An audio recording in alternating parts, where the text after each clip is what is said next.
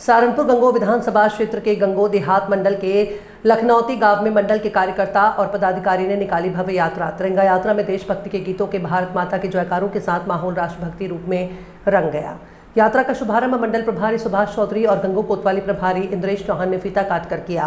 तिरंगा यात्रा में भाजपा कार्यकर्ताओं के साथ साथ स्कूली बच्चों ने भी भाग लिया।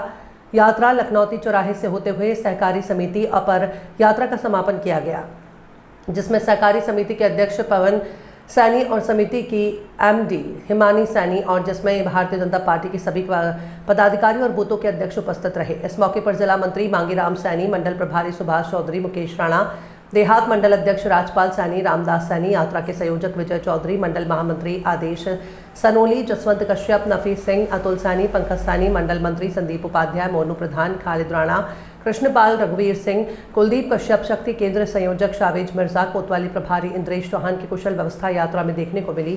जिला मंत्री मांगीराम सैनी ने सभी से हर घर तिरंगा लगाकर सभी देश के अमर शहीदों को याद करने की अपील की। उन्होंने कहा कि जिनके बलिदान में हमें ये आज़ादी मिली थी उनको हमें भूलना नहीं चाहिए। केलाखेड़ा में आज आज़ादी के पर्व 15 अगस्त के उपलक्ष्य में तिरंगा यात्रा निकाली गई। तिरंगा यात्रा के क्षेत्र में एक रैली का आयोजन किया गया। क्या उद्देश्य? थोड़ा साइड में हो गई।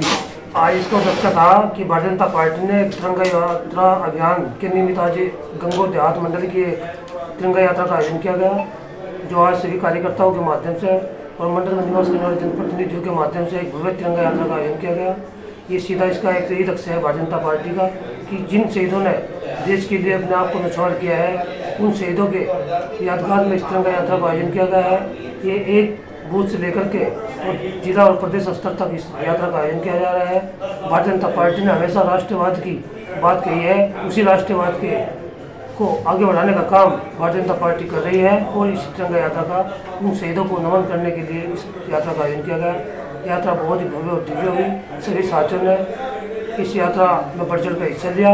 ये यात्रा लखनौती चौराहे से लेकर के और सहकारी समिति लखनौती में इसका समापन किया गया। बहुत अच्छे तरीके से इस यात्रा का समापन किया गया है। हर घर तिरंगा को लेकर क्या कहेंगे आप?